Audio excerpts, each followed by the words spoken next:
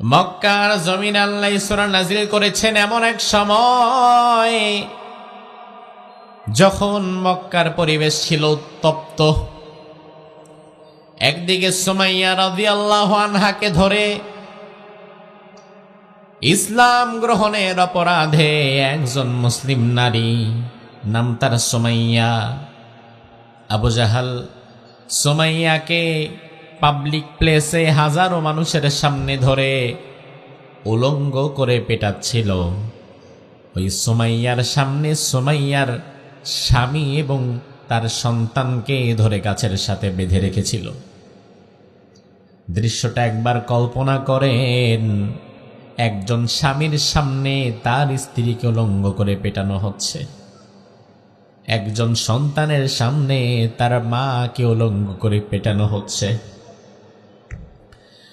অবশেষে এক পর্যায়ে সুমাইয়া রাদিয়াল্লাহু আনহার লজ্জাস্থান বরাবর আবু জাহাল একটা বর্ষা নিক্ষেপ করে।